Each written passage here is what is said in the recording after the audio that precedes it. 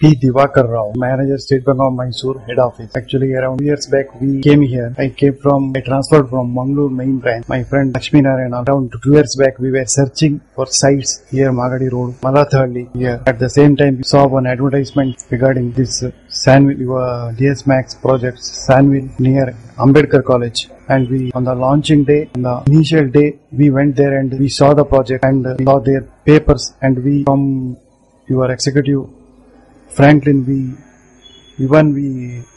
visited your head office and even the completed project at HBR Kalyan Nagar. No? Yes. There we went and we inspected that project and we satisfied by your all project plan, etc. And we booked initially on the same day itself. Actually, we booked and paid 1 lakh. I actually 301, like number 301 booked 3 bedroom. Now the project almost it is reached completion stage. We were satisfied.